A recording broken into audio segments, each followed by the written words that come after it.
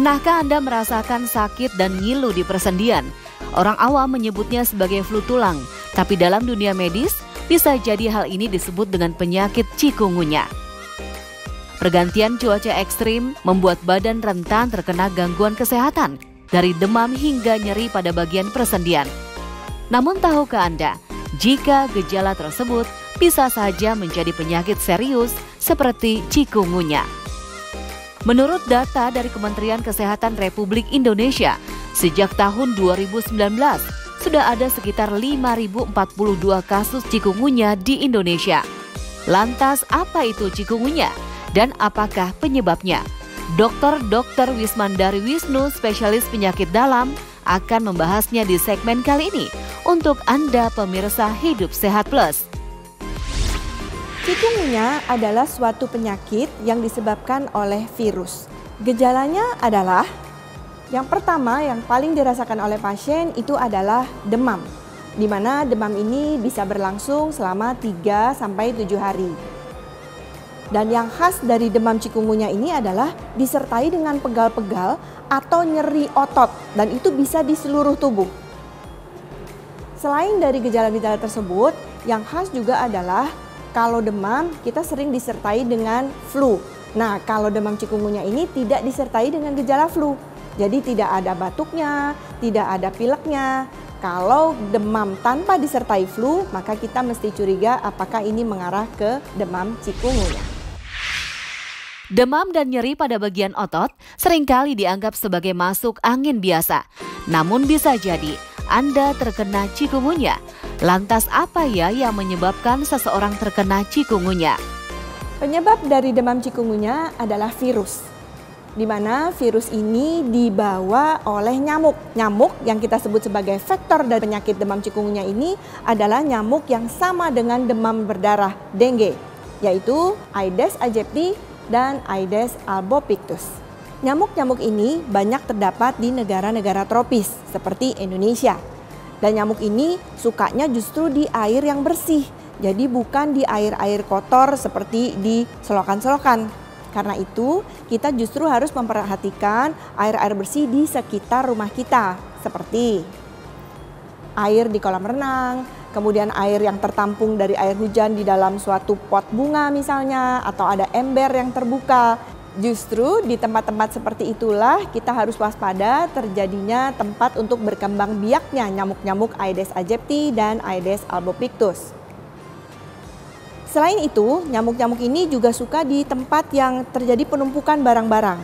Jadi kalau misalnya di rumah kita ada baju-baju yang bergantung-gantung gitu atau ditumpuk-tumpuk, sebaiknya itu segera dibersihkan. Salah satu karakteristik dari nyamuk-nyamuk ini adalah mereka sering atau sukanya itu menggigit manusia di jam-jam tertentu, yaitu di jam pagi hari sekitar jam 8 sampai jam 10 atau di sore hari sekitar jam 4 sampai jam 6 sore. Karena itu di jam-jam itu Anda harus waspada. Sebisa mungkin jangan banyak misalnya di kebun gitu ya. Penyakit cikungunya dapat menyerang siapa saja tanpa mengenal usia. Namun adakah orang dengan gangguan kesehatan lain yang memiliki resiko lebih tinggi terserang penyakit cikungunya ini? Orang-orang yang bisa terkena demam cikungunya ini adalah semua orang. Jadi semua umur bisa terkena demam cikungunya ini. Namun secara faktor risiko yang lebih besar memiliki risiko untuk terjadi demam cikungunya adalah orang-orang seperti anak-anak dan kemudian pada orang tua. Jadi secara umum orang-orang yang memiliki daya tahan tubuh tidak terlalu baik itu memiliki resiko untuk terkena penyakit infeksi. Dan karena ini tadi demam cikungunya adalah infeksi virus, maka orang-orang yang memiliki daya tahan tubuh tidak terlalu baik itu akan lebih mudah terkena demam cikungunya.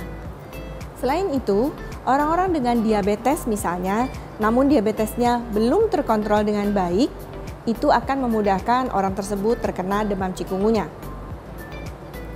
Begitu juga orang yang dengan hipertensi atau darah tinggi.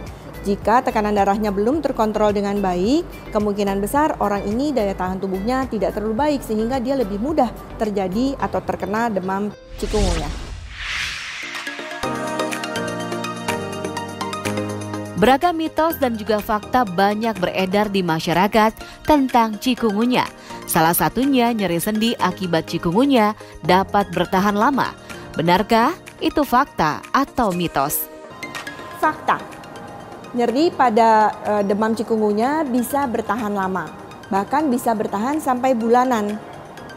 Pasien-pasien yang seperti ini terkadang sampai mengeluh dan harus diberikan obat sampai beberapa waktu kemudian. Namun, secara umum, demam cikungunya, nyeri ototnya seharusnya sudah bisa hilang di sekitar 2 minggu setelah dinyatakan positif demam cikungunya.